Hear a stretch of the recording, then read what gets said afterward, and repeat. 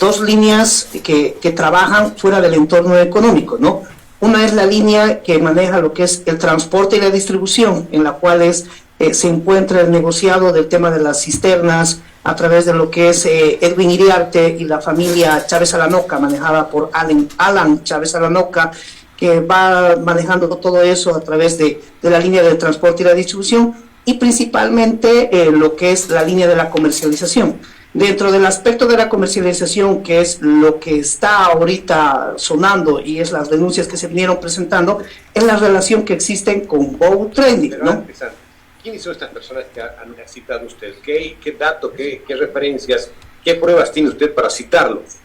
Bueno, las personas que yo coloco son las mismas personas que vienen ejecutando lo que es el monopolio del manejo del transporte desde Chile, Argentina y Paraguay, cuando ingresa el combustible, y son ellos los que proporcionan las cisternas. Cabe recalcar que ahorita en Bolivia, Edwin Iriarte y Alan Chávez Alanoca son las personas que manejan el monopolio de las cisternas, ¿no? Por decirles, son como 700 cisternas que entran de Chile, 500 por el Paraguay, la misma cantidad por el lado de la Argentina. Entonces, todas estas movilidades entran bajo una contratación directa ilegal. Porque, ¿legal me refiero o ilegal? No, es una contratación ilegal porque tiene un sobreprecio, y Yacimientos Petrolíferos Fiscales Bolivianos emite una contratación directa para poder adjudicar el tema del transporte y la distribución desde Chile hacia el lado del territorio boliviano, ¿no? Ahí tenemos un tema que lo dejo entre paréntesis, que es qué ocurre con el tema del oleoducto entre Chile y Bolivia, ¿no? ¿Por qué no se utiliza el tema del oleoducto, ¿no? Y le dejo la pregunta para que las autoridades de YPFB sean quienes respondan inicialmente cuál es la situación actual del oleoducto y por qué no se utiliza el oleoducto y se utilizan cisternas particulares contratadas por Edwin y Alan Chávez Alanoca. En su trabajo de investigación, ¿usted por qué cree que haya ocurrido eso? Mira, todo esto viene en realidad relacionado con el tema de lo que es la línea de la comercialización, que es la línea más importante que viene aconteciendo dentro de la problemática del combustible en Bolivia. ¿Cuál es la línea de tiempo que existe dentro de la línea de la comercialización? La línea de tiempo que existe dentro de la línea de la comercialización nace desde el 2017, cuando el entonces ministro de Economía, actual presidente de la República, el señor Arce, posesiona a la señora Leni Valdivia como directora de la ASFI entre el 2017 y el 2018. La misma es sustituida posteriormente por la actual presidenta de la ASFI, Ivette Espinosa.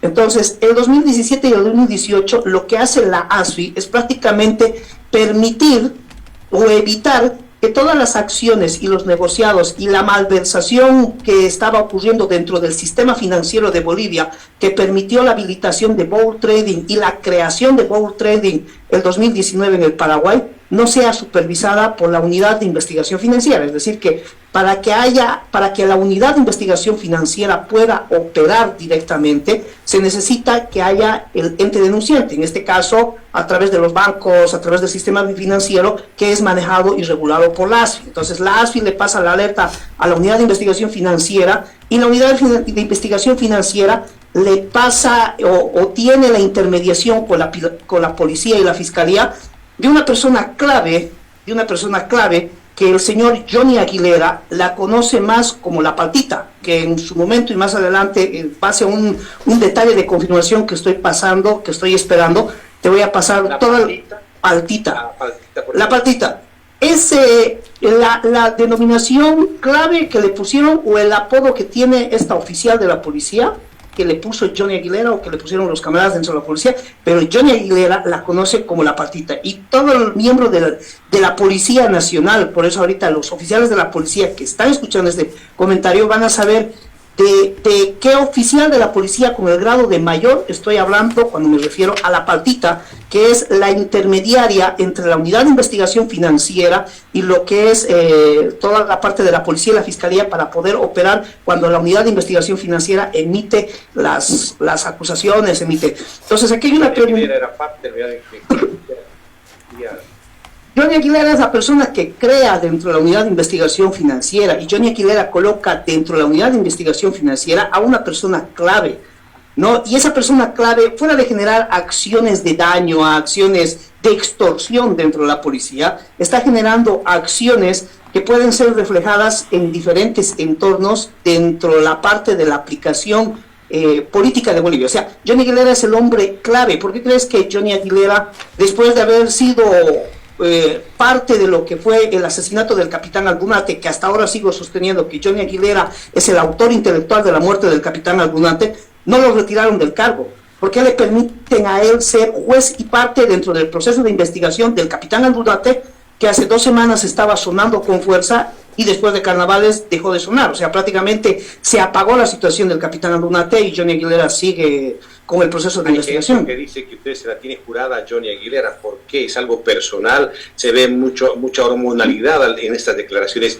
¿Se ha escuchado decir eso?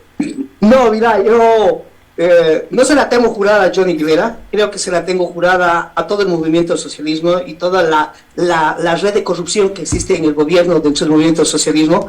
En lo particular nunca tuve la oportunidad, gracias a Dios, de haber hablado ni 2 palabras con Johnny Aguilera. A lo mucho es que le vi en las reuniones que tenía él con Juan José Zúñiga Macías, cuando se reunía con el mayor Sanginés en la compañía de inteligencia, que iba con su seguridad. Nunca trabajé ni operé con Johnny Aguilera, entonces no le tengo el aspecto de tener una rencilla particular a Johnny Aguilera. Simplemente manifiesto las acciones que vienen aconteciendo, porque pienso que un tema muy delicado de por qué el señor Luis Marcelo Arce Mosquera hasta el día de hoy no tiene un proceso que le hayan iniciado la unidad de investigación financiera, es porque la persona clave que está haciendo la intermediación ante la unidad de investigación financiera y los organismos judiciales es la persona clave que Johnny Aguilera le colocó. Y Johnny Aguilera muy bien sabe a qué oficial me refiero cuando hablo de la partita y cuál es la relación que tiene este oficial dentro del círculo familiar de Johnny Aguilera. Entonces, eso te lo voy a dar en su momento, pero prácticamente ya empezar a hablar un poco más ya es empezar a revelar ciertas cosas que necesito tener un detalle para confirmar un detalle de información o descartar un detalle de información y poder lanzar la información correctamente, pero es... Hablaba de dos vertientes de IPCB. Dentro de la vertiente de lo que es el aspecto de comercialización está lo que ocurre en 2017. En 2017 la posesionan a la señora Leni Valdiva como directora de la ASI. Y el 2019, en un documento de creación, se emite el RUC, que es el Registro Único de Contribuyentes, con el cual se crea la empresa Bow Trading en el Paraguay. Este número de registro de Bow Trading, si tú entras a la página del RUC y colocas, que te lo he pasado, querido Gonzalo, el número de creación del RUC, te vas a dar cuenta que es el mismo número de RUC de Bow Trading y no es el mismo número de RUC de yacimientos petrolíferos fiscales bolivianos como se inició inicialmente. Entonces, ahí tiene una línea que ocurre posteriormente en mayo de 2023, cuando irónicamente el exministro de gobierno, el señor Romero y la señora Teresa Morales, denuncian una compra con sobreprecio de un 30%, involucrándolo al hijo de Arce. Y lo que es la investigación que emiten los medios extranjeros, en la cual relacionan a Bow Trading como un intermediario entre yacimientos petrolíferos. Pero cabe recalcar que el mismo presidente de Yacimientos Petrolíferos Fiscales Bolivianos indicó que Bow Trading no es una empresa intermediaria, es una empresa parte de Yacimientos Petrolíferos Fiscales Bolivianos. Entonces, te voy a mandar un cuadro ahí comparativo y la pregunta que yo me hago, si Yacimientos Petrolíferos Fiscales Bolivianos aceptó que Bow Trading es parte de Yacimientos Petrolíferos Fiscales de Bolivianos, ¿por qué Bow Trading compra el metro cúbico, por decirte, el metro cúbico lo compra de combustible a 66 y se lo vende a Yacimientos Petrolíferos Fiscales Bolivianos a 88? ¿No? Entonces, ¿por qué Bow Trading genera la compra y la venta de lo que es el combustible con sobreprecio, ¿no? Entonces, aquí hay un detalle muy importante de lo que hablan igual dentro de lo que son los clanes familiares que operan. No solamente está en la parte de comercialización, perdón, la parte de transporte y distribución, la familia Valdivia, la familia Chávez Aranoca, sino que tenemos en el lado de la comercialización una familia muy fuerte, que es la familia Valdivia, ¿no? Cabe recalcar que ahí está la señora Leni Valdivia y se encuentra su familiar Eduardo Valdivia, que Eduardo Valdivia es el dueño del Hotel Radisson. Y si tú recuerdas, hubo una reunión que se denunció incluso en medios internacionales, donde el hijo del presidente se reunió con ejecutivos de la empresa Uranium One en Santa Cruz, en el Hotel Radisson. Pero si tú ves ¿quién es Uranium One? Te vas a dar cuenta que Uranium One en realidad es la empresa Rosatom. Y la empresa Rosatom es la empresa que se encuentra actualmente construyendo el Centro de Investigación Nuclear en la ciudad del Alto, ¿no? Entonces te coloco un paréntesis en el tema de la problemática del combustible, para que entiendas el tema de la empresa Rosatom, porque ellos, a pesar de que están construyendo el tema de la empresa nuclear en el Alto, ellos se reúnen con el hijo de Arce para tocar el tema del salar. Entonces, la problemática y la red de corrupción no solamente engloba en el aspecto del combustible y del negociado del transporte y cómo entra, y el tema de que el combustible se distribuye para el narcotráfico, para la minería ilegal. El tema del negociado del combustible arrastra a lo que es una red de corrupción gigante. Pero esto hay que demostrarlo, hay que probar. ¿Qué prueba usted tiene para decir todo lo que está aseverando ahora? ¿Hay alguna prueba? Mira, el tema de las pruebas es totalmente demostrable. Todo se encuentra incluso dentro del análisis de la información de fuentes abiertas. Las personas pueden verificar cuál es la empresa que se encuentra generando el Centro de Investigación y Desarrollo Nuclear en la ciudad del Alto, ¿no? Y si tú investigas un poco, te vas a dar cuenta que cuál es la importancia o la relación que tiene la empresa de energía nuclear con el salar de Uyuni, ¿no? Y te vas a enterar de que dentro de ese proceso el sistema de lo que es el almacenamiento de energía se puede optimizar a través de lo que es la producción de la energía a través del litio para la planta industrializadora nuclear, o sea, para la planta nuclear. Eso se encuentra dentro de las fuentes abiertas. Dentro de las fuentes abiertas igual está la reunión que tuvo Marcelo o Marcelitio con ejecutivos de Uranium One. Y Uranium One es la empresa Rosatom, que es análisis de fuentes abiertas, ¿no? Ahora, el tema de la creación del registro único, o el NIT que nosotros llamamos, y el RUC que se llama en el Paraguay, te he mandado el dato del RUC, te he pasado el nombre del RUC, la acta de creación prácticamente de la empresa en el Paraguay, y si uno entra al internet y coloca en el Google RUC, le va a aparecer la página del Registro Único de Contribuyentes del Paraguay, y si coloca ese número, le va a salir que esa empresa y este número de RUC pertenece a la empresa Bow Trading, y esto se encuentra en el análisis de fuentes abiertas, ¿no? Ahora, lo que sí estaría dentro del análisis de la información de fuentes cerradas es el tema que todavía no lo estoy sacando a la luz, que es la relación que existe entre la unidad de investigación financiera y la ASFI, y quién es la persona que Johnny Aguilera colocó como intermediaria, y del por qué Johnny Aguilera tiene la complicidad y la participación de poder decidir en todos los aspectos del gobierno, en aspectos incluso donde Johnny Aguilera forma parte como juez y parte, como es el caso de la muerte del capitán Aldunate, donde él sigue siendo el viceministro de gobierno y sigue manejando a la policía, porque prácticamente el comandante de la policía, el general Russo, es subalterno del general Johnny Aguilera, es subordinado tanto en la vía policial como en la vía administrativa, como en el Ministerio de Gobierno, perdón, claro, el Ministerio de Gobierno. Bueno, y en todo lo que usted nos está comentando, ¿cuál es la participación del presidente en este caso?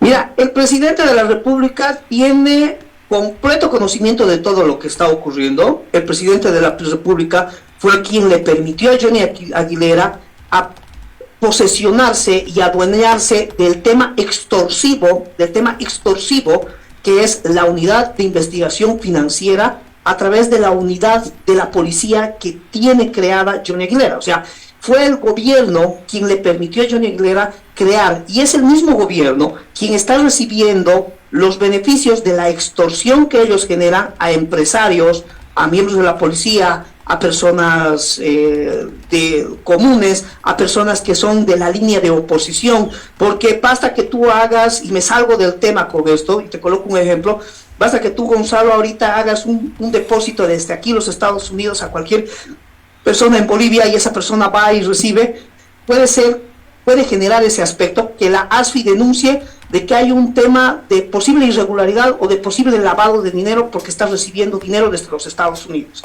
Y te puedes relacionar con algo tan sencillo como eso. Entonces, ¿qué hace la ASFI?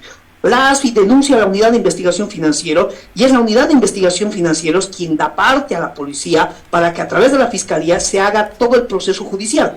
Entonces, antes de que el proceso llegue al aspecto judicial o que vaya evolucionando dentro del proceso judicial, entra la unidad, los secuaces de Johnny Aguilera, quienes van operando en ese aspecto, ¿no? Entonces, el tema del negociado del combustible no es solamente, volviendo al tema, no es solamente la relación que existe entre el tema de que se genera una afectación económica para Bolivia, sino que existe una complicidad directa y una participación directa del gobierno en todas las acciones que están generando, tanto el sobreprecio, están generando las empresas fantasmas, que están generando la participación de Bow Trading, que han permitido que Omar Alarcón, que en su momento sea parte de Bow Trading, el cual renuncia el 30 de agosto del 2024 y el 2 de septiembre del mismo año lo posesionan como presidente de Yacimientos del Litio Boliviano, la relación que existe con la seguridad en el IPI, y toda esa red que nace desde la problemática del combustible y va jalando una maraña de corrupción que arrastra Ministerio de Gobierno, ANH, YPFB y todo relacionado al presidente Luis Arce. No está libre de tantos hechos de corrupción. ¿Hay alguien, alguna institución que se sabe de todo esto? Porque es una red muy grande la que nos está hablando. Mira, querido Gonzalo, sí es una red muy grande. ¿Y qué es lo que ocurre con el tema de las redes muy grandes, no? El tema de las redes muy grandes genera escenarios de convulsión o escenarios controlados, como llamaban los cubanos, donde son escenarios creados por ellos bajo fuego controlado. ¿Qué es lo que genera un escenario de fuego controlado? Genera en las personas la sensación de democracia y arrincona a las personas a los escenarios correspondientes que ellos quieren, ¿no? Lastimosamente ahorita vivimos una etapa electoral donde la mayoría de las personas están con la venda y el sesgo en la cabeza de que pueden sacar una dictadura dentro de Bolivia con un proceso electoral, descuidando aspectos relevantes y muy importantes para un proceso electoral, como es el tema del órgano electoral plurinacional a través de la manipulación de votos, pero ese entorno de la manipulación de votos y todo lo que ocurre tiene una relación desde cómo se emiten los certificados de nacimiento, de cómo se emite la participación del CEGIR, cómo hay personas que tienen doble identidad, triple identidad, el tema de la ley 421 que genera una distribución de escaños diferente a las personas de la comunidad, el tema del concepto y la aplicación de la política que se está empezando a utilizar, de que el movimiento al socialismo tiene el 30% del voto duro, el tema de la problemática y la pelea interna entre Luis Arce y Evo Morales, que es una pelea totalmente falsa, y el tema de generar una división interna entre el movimiento al socialismo, y todos esos aspectos que generan que las personas mantengan la venda en los ojos y dejen de ver las cosas que ocurren. Mira, sin ir muy lejos, si hubiera ocurrido el tema del incremento del combustible hace unos 5 años atrás, podría haber sido la chispa para poder iniciar la salida del actual gobierno, pero ahora resulta que nos han metido el gasolinazo, el tema del combustible, si bien sigue subvencionado, pero también está existiendo un mercado negro dentro del combustible, porque si tú vas y quieres viajar, por decirte, de Santa Cruz a Puerto Suárez o de Santa Cruz a Roboré, tienes que comprar el combustible en el mercado negro a 10, 12 bolivianos de revendedor para poder llegar a tu destino final. Y está ocurriendo lo mismo que el mercado paralelo del dólar. Y nadie dice nada. El aspecto es que la población está dentro de un proceso de transposición de imagen, donde las personas entran en una operación psicológica y prácticamente se hace una sustitución de un deseo por una necesidad. ¿Cuál es el deseo que tiene la población de recuperar la democracia con la necesidad que tiene el gobierno de perpetuarse en el poder? Entonces, la operación psicológica es eso, la sustitución de un deseo por la necesidad. ¿Quiénes están detrás? ¿Hay algún organismo internacional? ¿Hay países? Se decía que, por ejemplo, escuché al senador Leonardo Loza que decía que vengan los cubanos asesorados ideológicamente. ¿Qué papel juega Cuba? ¿Qué papel juega Venezuela, Nicaragua, Rusia o la China en este caso? Mira, Nicaragua juega un papel muy importante porque Nicaragua fue la persona que se reunió el año pasado, si no me falla la memoria, o principios de este año, no me acuerdo el dato exacto, pero se reunieron en Nicaragua con Luis Fernández Rodríguez Ureña. Luis Fernández Rodríguez Ureña es el encargado de la Dirección de Búsqueda de Información del Ministerio de la Presidencia, es el segundo cargo más importante. Es la persona que fue denunciada por el general Águeda Mendívil como ser el autor intelectual del autogolpe de Juan José Zúñiga Macías, que se dio el año pasado. Entonces, esa relación desde Nicaragua se viene trabajando de la mano junto con la embajada de Bolivia, la embajada de Cuba en Bolivia. que desde el 2019 van utilizando a personajes como el Gallo Zamora y a personas dentro de la línea de inteligencia. O sea, Cuba no tiene una misión diplomática, Cuba tiene una misión de agentes de inteligencia que van cooptando a las personas y van relacionando. Ahí entra la participación o la operabilidad que genera el gobierno de Venezuela a través de PDVSA, manteniéndolo al actual presidente de PDVSA o al presidente de PDVSA, que era el teniente coronel Miguel Ángel Lozano Delgado. Teniente coronel Miguel Ángel Lozano fue entrenado dentro de la Escuela Militar de Inteligencia, pero anteriormente es miembro de la Dirección de Contrainteligencia Militar de Venezuela. Entonces, Bolivia tiene una relación prácticamente de una injerencia en la cual los organismos de inteligencia cubanos, venezolanos, el asesoramiento político de Nicaragua y la influencia de los organismos y sistemas de inteligencia infiltrados de Irán están manejando toda la operación dentro de Bolivia. O sea, Irán, Cuba y Venezuela operan como línea de inteligencia y Nicaragua opera como una línea política. Finalmente, capitán, quiero consultarle, ¿qué pasa con el tema del narcotráfico? ¿Qué papel juega el narcotráfico en toda esta red? Mira, el tema del narcotráfico es prácticamente un tema crucial, pero no es en sí la esencia del problema del desabastecimiento de combustible. Lo que está haciendo ahorita el gobierno es, a través de muchas personas que están lanzando los comentarios y generando el análisis de muchas personas, es la transposición dentro de la imagen de las personas que la problemática del combustible en Bolivia es por el narcotráfico. Cuando el tema de la problemática del combustible no nace solamente con el narcotráfico, sí es una parte dentro de, pero no es la esencia de la problemática, y están tratando de justificar con que el narcotráfico es el problema y el causante del desabastecimiento en Bolivia. Si tú ves cuánto se necesita para hacer el tema de la cristalización de la droga se utiliza como una fábrica utiliza como entre 2.000 y 3.000 litros de combustible a la semana.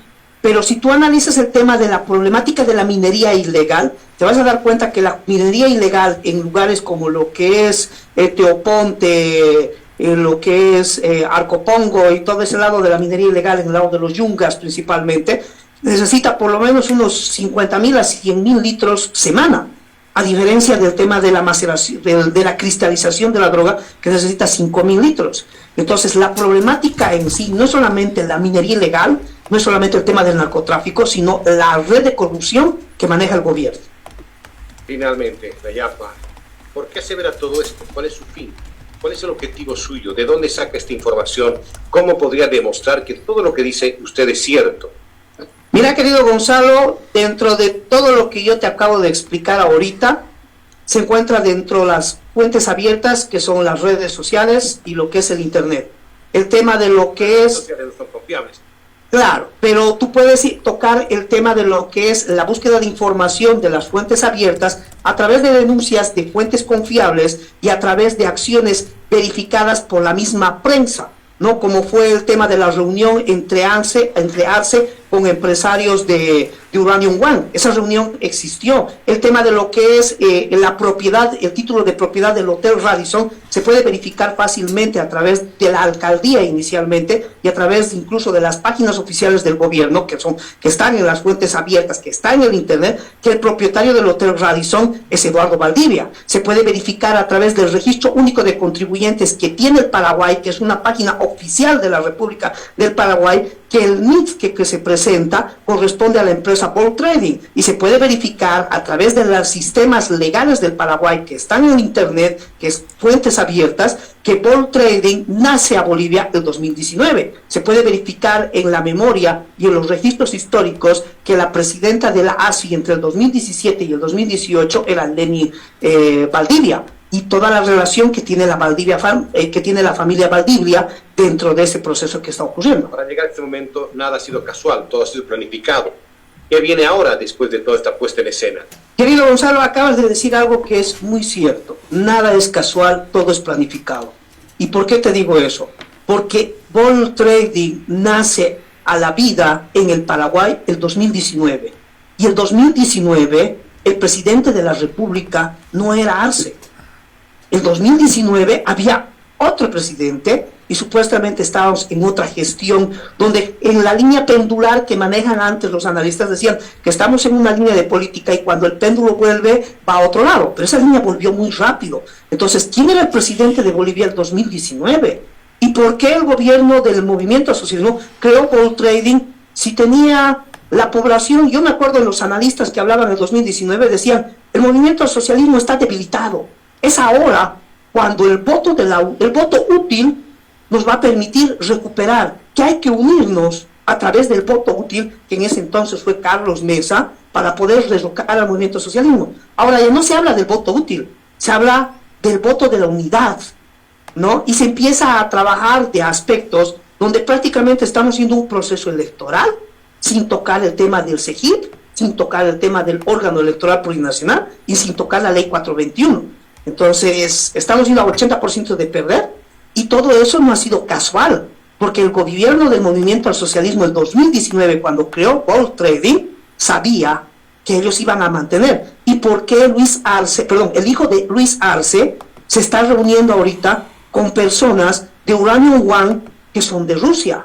Y ya se están empezando a reaccionar. O sea, si ellos están a tan poco de irse, pues porque ya están tomando políticas a futuro y negociando políticas a futuro, aseverando, o sea, no están yendo con cosas chiquititas. La creación de Gold Trading no fue algo chiquitito. Gold Trading maneja millones.